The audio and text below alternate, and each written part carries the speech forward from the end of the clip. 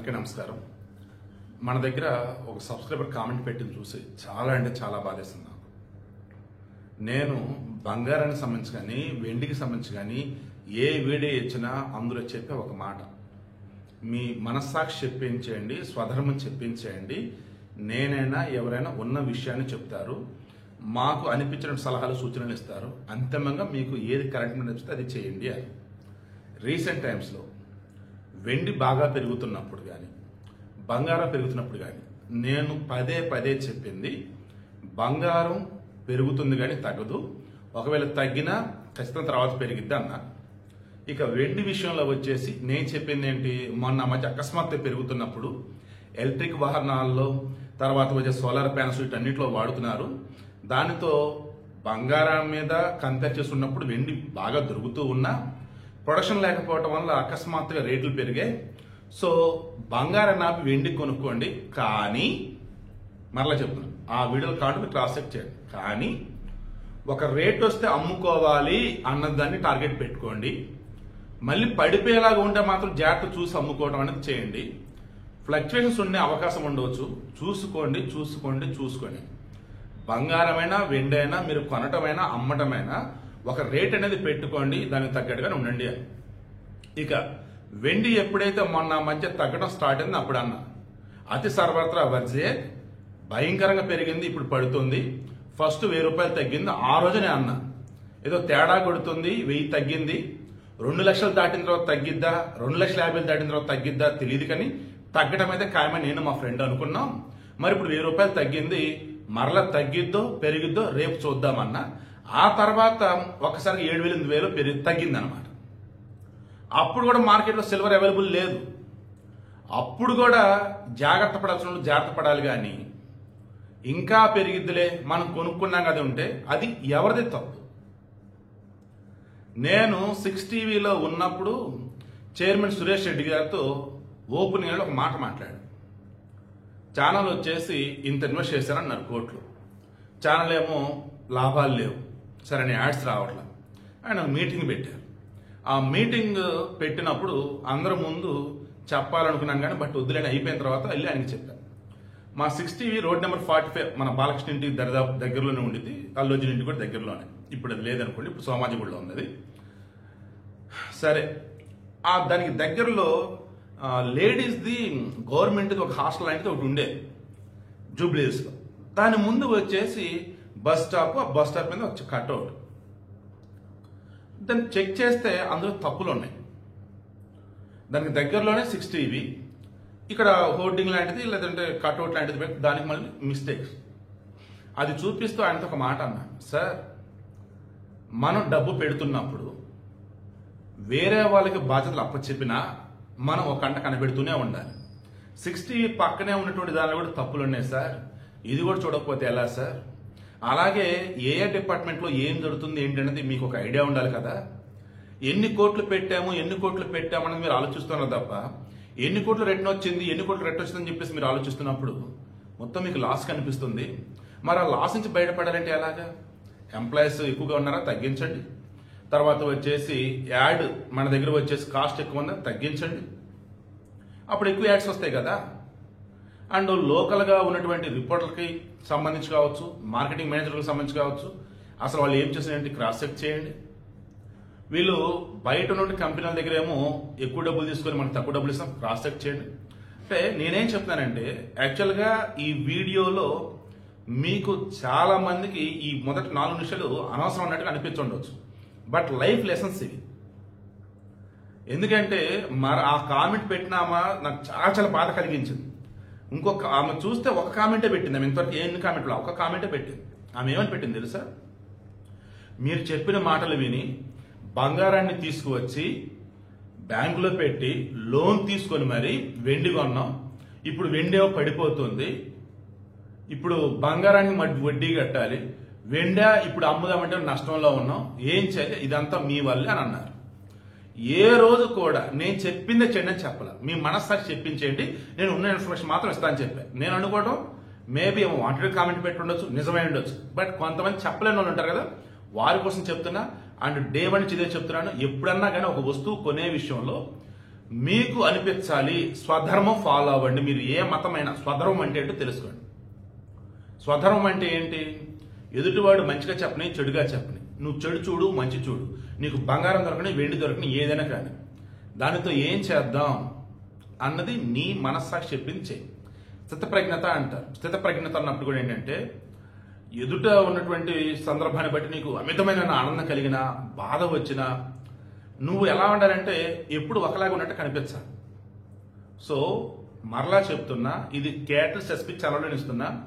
Maybe 8 నిమిషాలు ఈజీగా వచ్చింది, చాలా మంది చూడకపోవచ్చు. చూసిన వాళ్ళు మాత్రం ఖచ్చితంగా ఇది ఒక పర్సనాలిటీ డెవలప్మెంట్ అని చూసారా, లైక్ ఆవిరి ఇది హెల్ప్ అయింది అనుకోండి. ఈ వీడియో రేపు 2050 నాటికి బంగారం వచ్చేసి ఏ రేంజ్లో పెరగబోతుంది అంటే, ₹1,00,00,000 డబ్బు పెడితే 25 గ్రాములు మాత్రం బంగారం వచ్చింది. ఈరోజు బంగారం వచ్చేసి 1,32,000, 1,30,000 చిల్లర ఉంది కదా. ఎంత వస్తుంది అంటే దగ్గర దగ్గర 758 గ్రాములు దాదాపు వస్తుంది. 2000 సంవత్సరం అప్పుడు వచ్చేసి మనం చూసుకుంటూ ఉన్నప్పుడు 10 గ్రాముల బంగారం వచ్చేసి అప్రాక్సిమేట్లీ 4,400 ఉంది. ఈ 2025 నాటికి బంగారం అదే 10 గ్రాములు ఎంత ఉంది? 1,30,000 ఉంది. అంటే ఎన్ని వందల రెట్లు పెరిగినట్టు. అలాగే వెండి కూడా కేజీ వచ్చేసి 2000 సంవత్సరం అప్పుడు 7,800 రూపాయలు ఉంది. మొన్న 2025 జనవరి అప్పుడు 90,000 రూపాయలు ఉంది. ఇది 2025 అక్టోబర్. మొన్న వచ్చేసాక 2,10,000, 15,000 దాకా వెళ్ళిపోయింది. ఒక్కసారి ఢమా ఢమా పడిపోతూ ఇప్పుడు 1,70,000, 1,80,000కి వచ్చింది. సో వెనకాల అటాచ్ చేసింది last 100 years, last 10 years data, వెండిది కానీ బంగారాన్ని కానీ మొత్తం చూసుకుంటూ ఉన్నప్పుడు ఆన్ యావరేజ్ తీసుకుంటూ ఉన్న బంగారం మీద వస్తున్నటువంటి ఇన్వెస్ట్మెంట్ రిటర్న్స్ అన్నవి ఏవైతున్నాయో, బంగారం మీద పెట్టిన ఇన్వెస్ట్మెంట్ తాలూకు రిటర్న్స్ ఏవైతున్నాయో మ్యూచువల్ ఫండ్స్ కన్నా ఎక్కువ ఉన్నాయి, బ్యాంక్ నుంచి ఫిక్స్డ్ డిపాజిట్స్ కన్నా ఎక్కువ ఉన్నాయి. ఏ రేట్ ఆఫ్ ఇంట్రెస్ట్ మీరు తీసుకున్న సరే మార్కెట్లో అవైలబుల్ ఉన్నట్టువి అన్నిటికన్నా బంగారం మీద పెట్టిన పెట్టుబడికి వచ్చే రిటర్న్సే ఎక్కువ ఉన్నాయి ఇయర్ వైజ్. ఈ సంవత్సరం అయితే ఏకంగా 67% పెరిగింది. ఈ సంవత్సరం 67% ఒక బంగారంలోనే పెరిగింది. వెండి అయితే ఏకంగా అప్రాక్సిమేట్లీ 150% హైక్ అయిపోయింది. ఈ ఇయర్ స్టార్టింగ్ లో అప్రాక్సిమేట్లీ 89,000, 90,000 ఉన్నటువంటి వెండి మొన్న 2 లక్షలు దాటేసింది. ఇప్పుడు వచ్చేసి 1,80,000 దగ్గర ఉందన్నప్పుడు డబుల్ అయినట్టే కదా. సో నేనేమన్నానంటే వెండి కానీ బంగారం కానీ రాను రోజుల్లో కనుక పోల్చుకుంటూ ఉన్నట్టయితే రేట్లు పెరగటం తప్ప తగ్గడం అనేది ఉండదు. ఇప్పుడు ఏదైతే అకస్మాత్తుగా ఈరోజు రేటు పడిపోయిందో బంగారానికి సంబంధించి కానీ వెండికి సంబంధించి కానీ, బంగారం విషయంలో మాత్రం మరలా చెప్తున్నా కొద్ది రోజులు మాత్రమే తగ్గినట్టుగా ఉంటుంది తప్ప మరలా పెరిగిద్ది.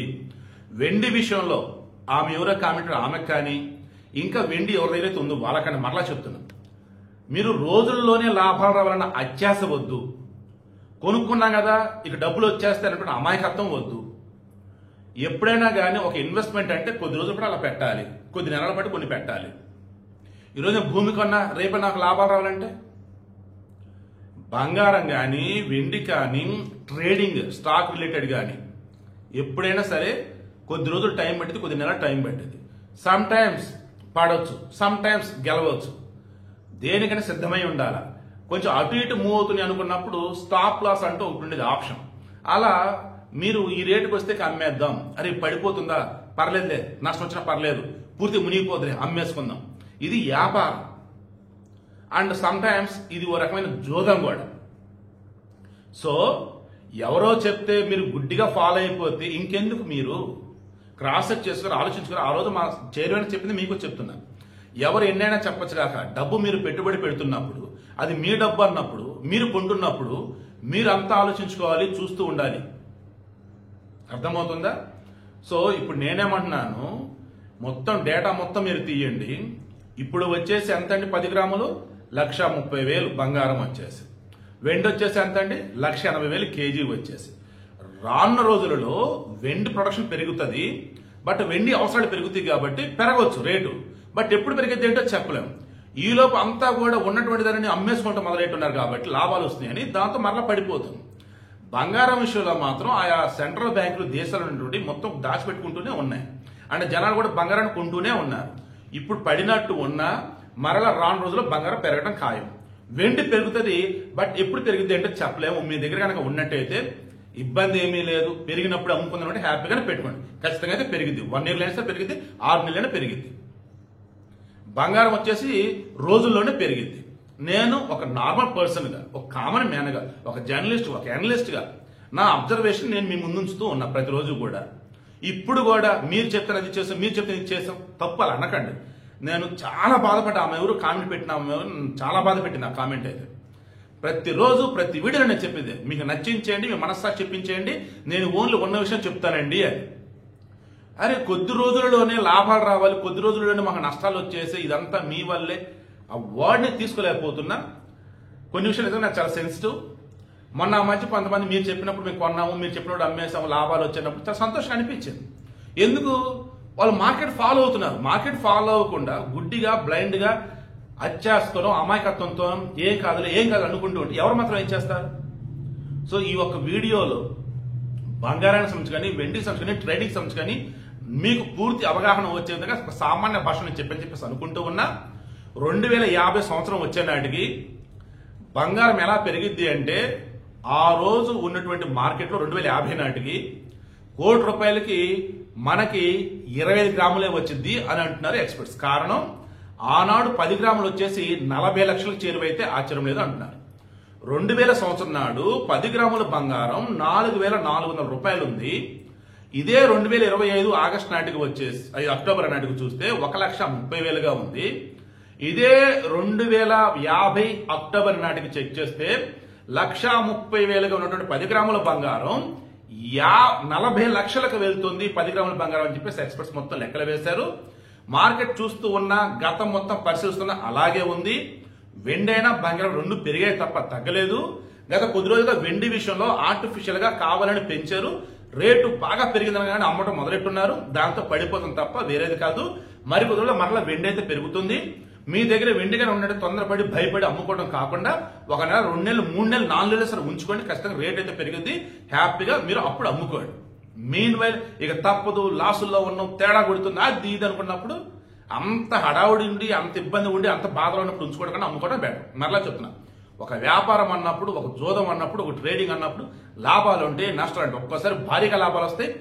నష్టాలు భారీగా రాకుండా జాగ్రత్త చేసుకోవడం అనేది మీ చాయిస్. అది just like stop loss option పెట్టుకోవడం.